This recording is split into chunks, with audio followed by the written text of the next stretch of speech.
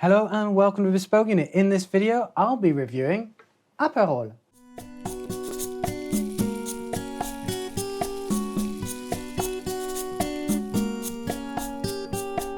As per usual, this review will be conducted using the Bespoke Unit Liqueur formula, a quantifiable review matrix that you can either use at home, but especially refer to if you don't have the time to watch the entirety of this video. Just look in the description below where you'll see our final written review where you can see this full PDF so you can quickly assess this liquor or liqueur and its characteristics. Aperol is now very well known, but it wasn't until in the late 20th century that it became so popular.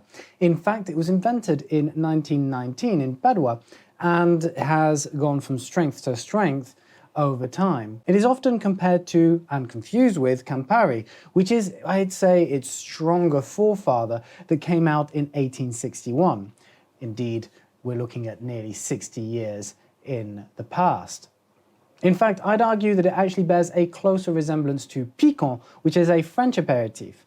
You can learn more about Picon in the review up here if it's already been published. If it doesn't appear, that means it's not just out yet. Furthermore, as the name suggests, Aperol is actually derived from apéro, which is the French slang for apéritif. Now let's take a look at the properties. So first of all, as I mentioned earlier, it was created in Padua, Italy. It's still produced there today. It's also an aperitif if you're going to give it a specific type.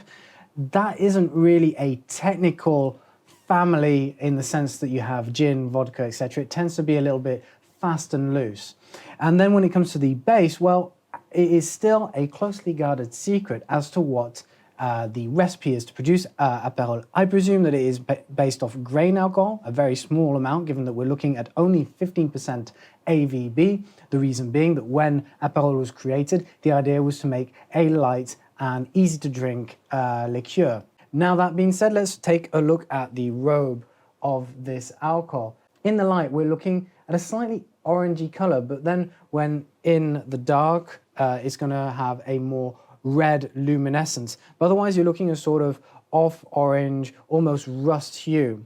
Its clarity, it's a very clear beverage. There is some haziness, which I imagine is through the sugar content, because when you do a residue test like this, your hands become very, very sticky. So we're looking at a considerable number of impurities, which is to be expected being an aperitif that is made by assembling different herbs and spices. However, the sugar content here is going to be quite high, to say the least. In terms of legs, well, they're fast, they're thin. In fact, they're barely any legs because the alcohol content is just so low. In terms of depth of color, there is some depth, but it's not going to be exactly complex in the expression of its hue.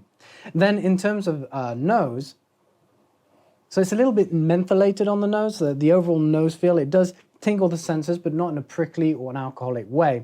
The aromas that it delivers consider really of some bittersweet grapefruit. There's a hint of muskiness, which I'd associate with labdanum, as well as a hint of orange zest. It's going to be a little bit herbaceous. It's not intense. The diversity is very limited, and it's not an incredibly complex nose. Then when it comes to the palate, so bottoms up,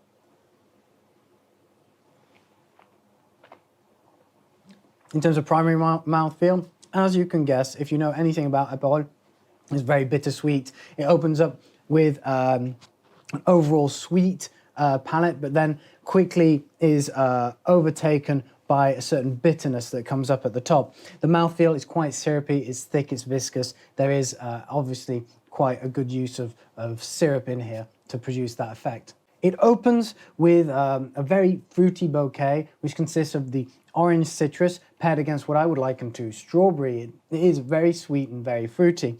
Then this quickly subsides to reveal a heart. It's going to be a bit zestier. It's not going to be as sweet. You're going to start to get some of those bitter notes. There's some orange zest, a hint of anise, maybe a herbaceousness of rosemary.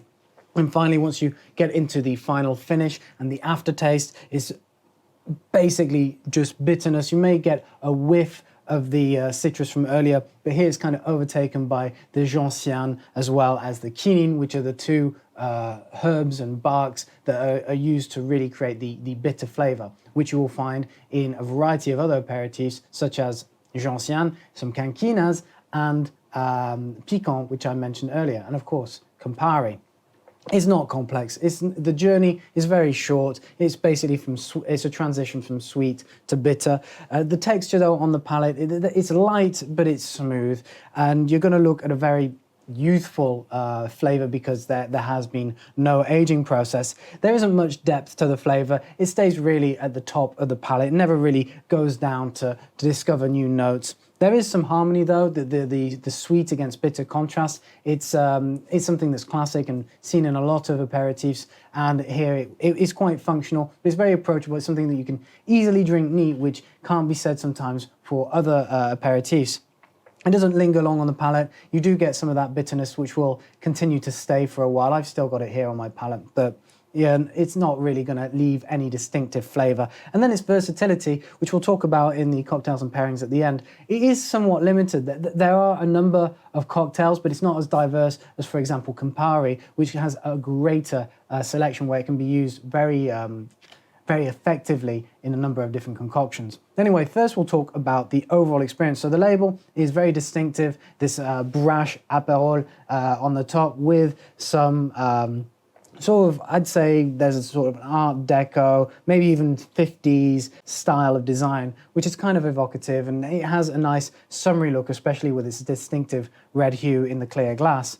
There's no packaging, and in terms of cork quality, well, we're just looking at a regular metal screw top, although there is some plastic here that provides some seal. When it comes to the occasion, this is a very versatile drink. You can drink it casually, and in terms of value, it's very affordable. You're looking at $28 in the USA, whereas I picked it up in France for about $18, but that's because liquor and drinks tend to be cheaper here. But in terms of going back to the occasion, like I said, you can drink it casually, it's inexpensive, but you can also take it to more formal gatherings, and for special occasions, you can mix it with some, if you want, Prosecco, but if not, you could go for some champagne to produce the classic spritz. Which leads me on to the cocktails and pairings, which is the last section that we have on the spirit formula. This is just a thought exercise to give you a couple of ideas of how to best enjoy the drink. So, like I said, a spritz is probably going to be your best option. Typically, it's offered with champagne mixed with the Aperol. You can have perhaps 2/3 sparkling wine, 1/3 Aperol. Some people do in half and half. Sometimes you can have half champagne, a quarter Aperol, and maybe even a dash of soda. And then you add a wheel of citrus with some ice. Otherwise, it can be used to make Negroni. Although this is best associated with Campari, an Aperol can make a much lighter, more summery version that is going to be easier to drink in hot weather during the daytime. And a Negroni would typically be made with Campari, which is stronger. This is something perhaps you would consider maybe in the late afternoon or evening. There are other cocktails, such as the Airedale. I recently heard about this one. This one is made using, basically combining the Aperol with some bourbon, or if not, you could have it as part of a Kir, which is where you have it. A Kir Royal is basically a spritz, is where you have a sparkling wine with an aperitif. In this case, a typical Kir is going to be done with a still wine. So for example, with a rosé or white wine, this could be quite interesting.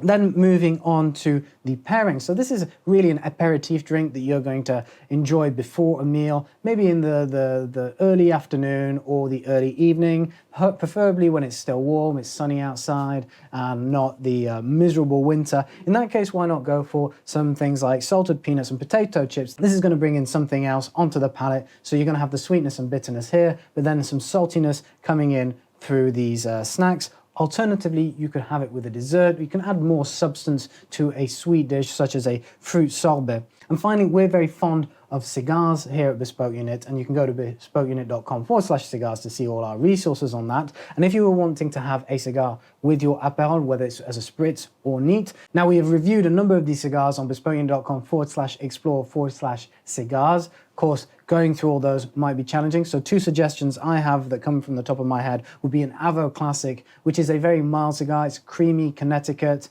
This is going to be quite easy to drink with Aperol. It's also going to be quite a light cigar, but then would go well well with a spritz. Alternatively, you could go for a Cuban Flor de Cano Magicos. This is going to be a cigar that does have some citrus notes. The same can be said for La Gloria Cubana Serie D number 5. These are cigars that do have a slight citrus grapefruit property that would pair quite nicely with an Aperol.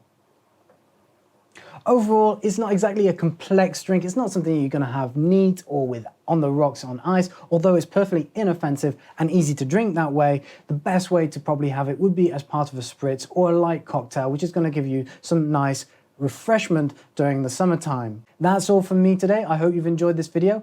If you have, give us a like, give us a subscribe, and leave a comment if you have any questions about Aperol, or if you have your own opinions that you would like to share and your own experiences with this beverage. Until our next video, head to bespokeunit.com to see all the other men's lifestyle subjects that we cover. You can also head to bespokeunit.com/spirits, where you can see our whole resources on alcoholic spirits and liquor.